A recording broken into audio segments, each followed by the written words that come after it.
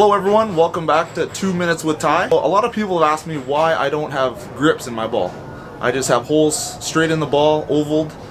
It is fingertip. Ty, do you want to help me explain why that is? Sure, no problem.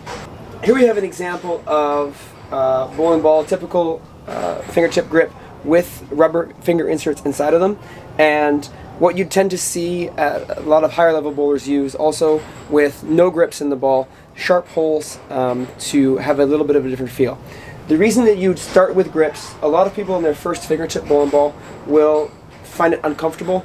The grips provide a measure of comfort, they're a little bit softer.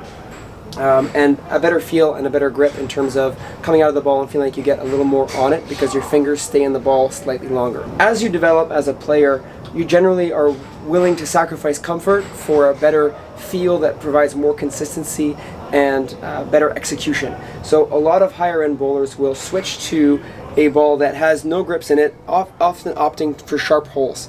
You see this a lot on PBA Tour. You see a lot of high level amateurs doing this. The reason for this is for a couple reasons. One, the sharper holes allow you to stop squeezing the ball as much because you feel the sharpness. You're much more likely to have a cleaner, smoother release.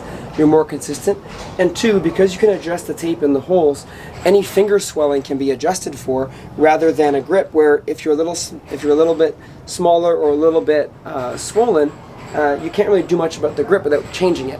With tape, you can adjust the finger hole just like you would a thumb hole, and you end up with a much more consistent feel and usually a better release. There was a myth that I heard that no grips actually decreases your rev rate. Is that true?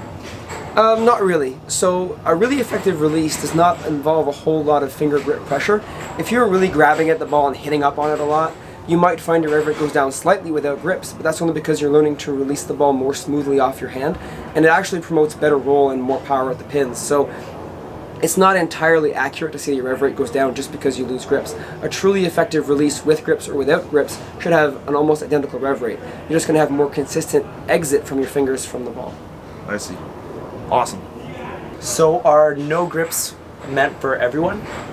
Probably not. Let's be honest. The vast majority of bowlers are much more comfortable with grips. And like I said, only a few bowlers are willing to sacrifice that comfort for what is really only a marginal change in performance. So your really committed bowlers are going to go to that. Your top level will do it, and even not all pros will go without grips.